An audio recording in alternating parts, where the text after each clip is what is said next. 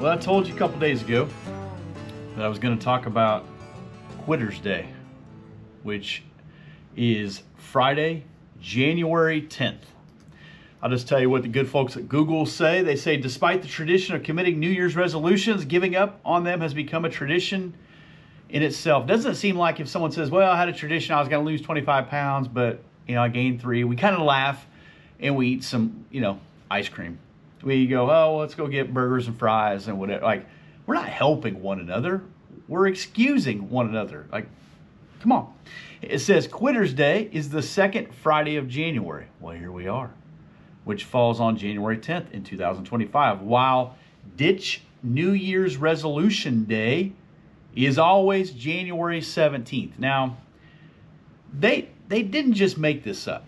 Like there's Peanut Butter Day. Well, somebody paid a bunch of money to have a special day dedicated to peanut butter, or wear flip-flop day, or whatever, those strange days. No, this comes from just history. And I mean current history. People know we are typically quitters.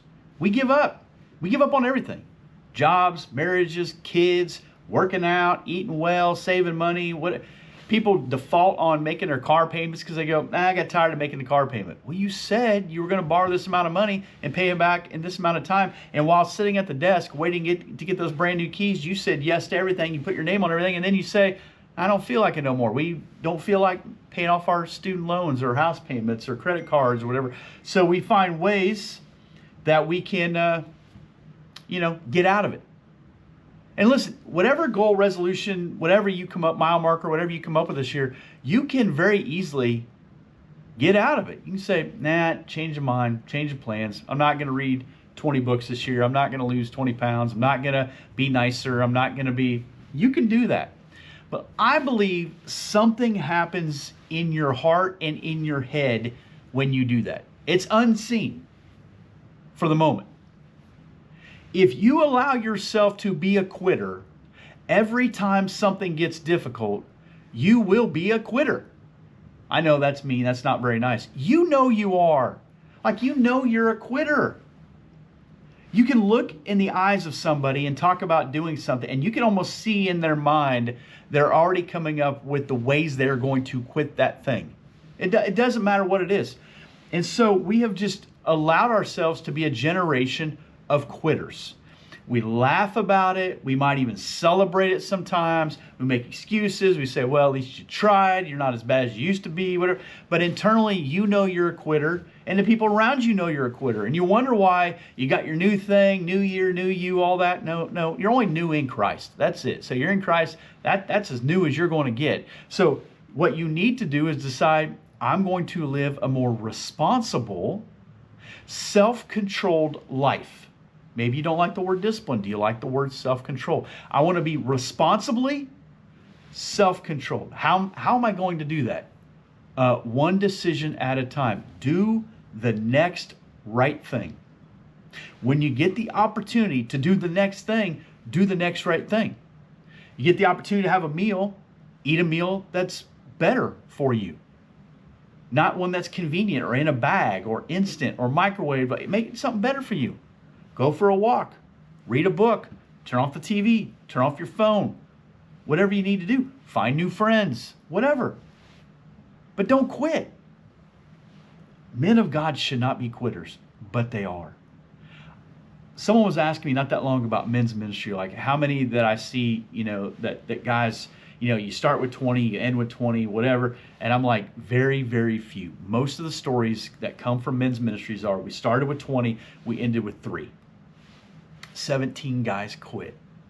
I see it in Tribe. Guys sign up, they hoorah, they're all about it, and they quit.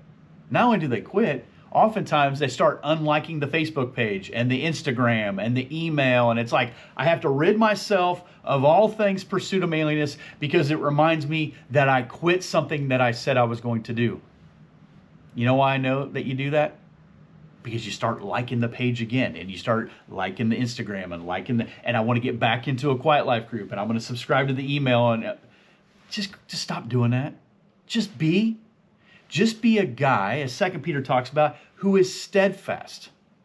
that as your character is developed, as you mature and as you grow and as you do some hard things, as you go through some winters of life, you don't quit. And the 17th, the irony of that, a couple weeks later, is ditch them all together. Be abnormal. Be the guy who will get up when no one else will. Be the guy who will do the work at the church when no one else will. Be the guy who will take care of his yard, be responsible for his finances, take care of his wife and kids, whatever, when nobody else will. Because most people, I believe, are not. Most people that I run up on, you're going to find out there's major gaps in their life. And I want to encourage you with that. You know, Philippians 4:13 is a verse that gets quoted quite a bit. I can do all things through Christ who strengthens me. Keep it in context. I'm 5'8", maybe. I will never, ever dunk, okay? Like I said, I'm going to go dunk the basketball because I can do all things. That's not the point of the verse. The point of the verse is you can get through any situation by Christ who strengthens you, written by a guy sitting in a jail. And he said, I can endure this. I can read the context of the verse. I can endure all these things. Galatians 6:9, let us not grow weary of doing good. What is good?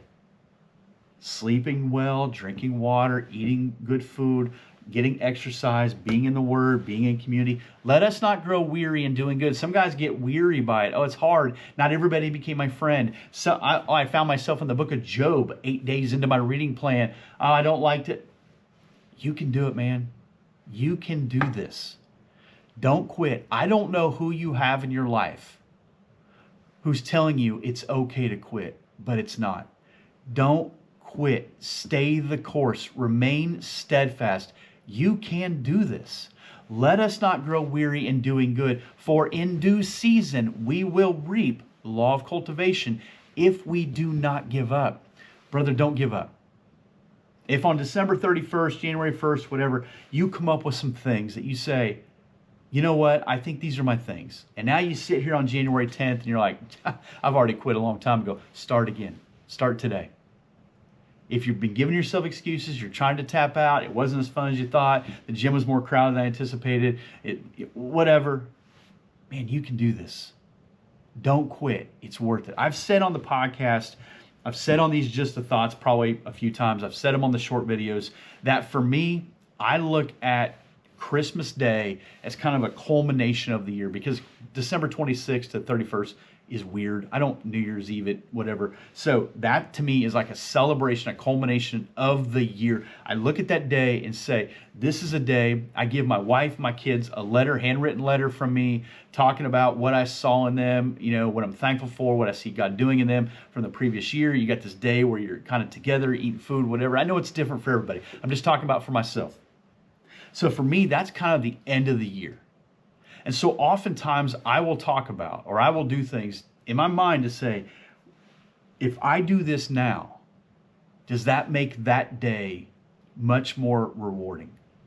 If I'm physically fit now, if I'm eating food that's better now, if I'm going the extra quarter mile right now, if I'm doing the extra push-up, the extra lunge, the extra sit-up, whatever, even though I don't want to, even though nobody is making me do it, would it make that day a little bit better? Maybe that's not your day. Would it make any day better?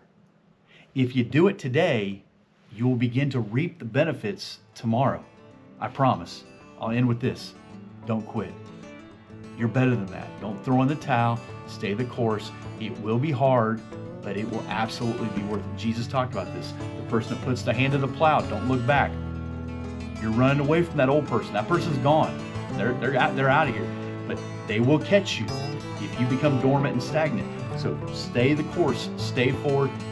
Above all though, just don't quit. All right? Just a thought. I'll talk to you in a bit.